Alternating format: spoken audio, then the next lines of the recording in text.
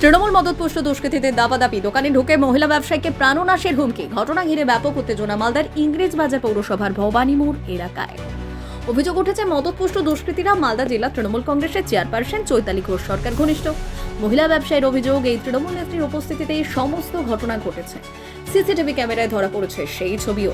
ওই মহিলা ব্যবসায়ী সুধা কুণ্ডুর অভিযোগ, তাদের ফার্নিচারের ব্যবসা রয়েছে ভবানী মোড়ে। ফার্নিচারের মাল নামানো নিয়ে তাদের কর্মীদের সাথে সামান্য কথা কাটাকাটি হয় ইন্দ্রজিৎ শেঠ নামে ওই তৃণমূল আশ্রিত দুষ্কৃতীর বিরুদ্ধে। দুষ্কৃতীর সাথে অভিযোগ, এরপর সন্ধ্যায় ইন্দ্রজিৎ শেঠ দোকানে এসে গালাগালি করে এবং তাকে প্রাণনাশেরও হুমকি দেওয়া হয়। এরপর থেকে আতঙ্কে ভুগছেন তিনি এবং তার কর্মচারীরা। দোকানে আসতে ভয় পাচ্ছেন তিনি, তবে যদিও সমস্ত অভিযোগ ভিত্তিহীন বলে দাবি করেছেন ইন্দ্রজিৎ শেঠ।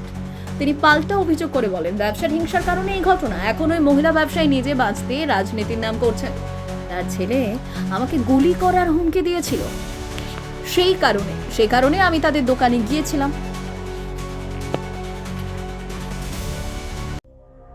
সংবাদটি নিবেদন করছেন স্বস্তিলোক উৎসব ভবন, গঙ্গারামপুর, দক্ষিণ দিনাজপুর।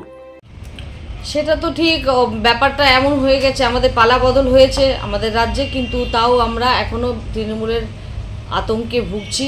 আমাদের পাশে নেত্রী আছেন, তার প্রেজেন্সে একজন ছেলে আছে, তার নাম হলো ডোনাল্ড, ভালো নাম হলো ইন্দ্রজিৎ শেঠ। ও এসে হঠাৎ করে দোকানের ভেতর ঢুকে ধমকি দেওয়া শুরু করলো, আমার হাজবেন্ডকে মারবে, আমার ছেলেকে মারবে, কেটে ফেলে শেষ করে দেবে, আর আরও অনেক বাজে বাজে গালাগালি দিচ্ছে।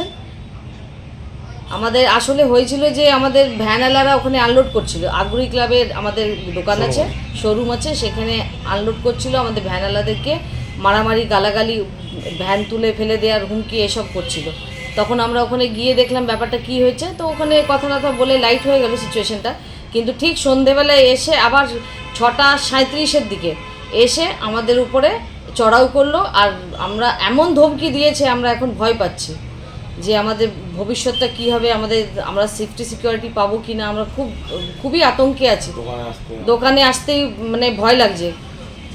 আমাদের এখানে ম্যাডাম আছেন যে চৈতালিদি, নাম উল্লেখ করেই বলছি, ওনার প্রেজেন্সে হয়েছে।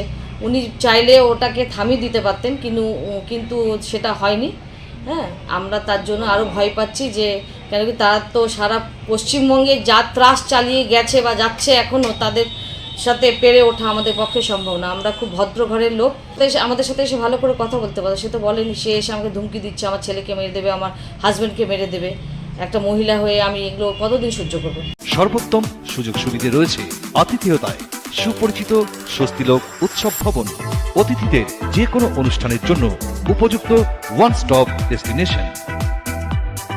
আমরা আপনার বিশেষ অনুষ্ঠানটিকে অবিস্মরণীয় করে তুলি। স্বস্তিলোক উৎসব ভবন, শিববাড়ি রোড, গঙ্গারামপুর, দক্ষিণ দিনাজপুর।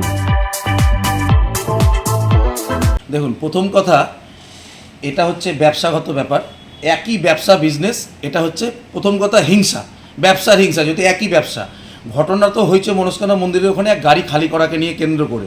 সেখানে আমাকে অনেক টর্চারিং করে পাড়ার লোক জড়ো করিয়ে গেছে। সেই জায়গাতে আমাকে অনেক রকম গালাগালি দিয়েছে। এমনকি তার ছেলে আমাকে বলল যে কান্নি মোড়ে আসলে তোকে গুলি করে দেবো। তো আমি তখন বললাম যে গুলি করে দিবি, ঠিক আছে, আমার গাড়ির মাল খালি হোক, তারপরে গুলি করিস। তো আমি যখন কান্নি মোড়ে গেলাম, তখন সে আমাকে মানে উল্টা সিসিটিভির ফুটেজে কাটিং কুটিং করে মানে নিজেদের টুকুনটাতে, যদি গোটা সিসিটিভি দেখা যায় তাহলে তো অনেক কিছুই বেরোবে। আমি সেটা বারবার করে দেখতে বলবো।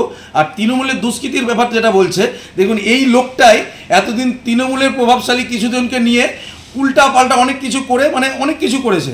সে এখন বিজেপি যদি ওকে জায়গা দেয় বা কিছু করে, সেইটা করার জন্য কিন্তু ও এই ধরনের বাইট দিচ্ছে। তো এগুলো সব রাজনীতি ঢুকিয়ে লাভ নাই, পুরোটাই ব্যবসার ব্যাপার। আর এটা হচ্ছে ব্যবসার হিংসা। এ কিন্তু রাস্তাতেও 2 দিন আগে পুলিশের সঙ্গে ঝগড়া করেছে, 2-3 দিন আগেই।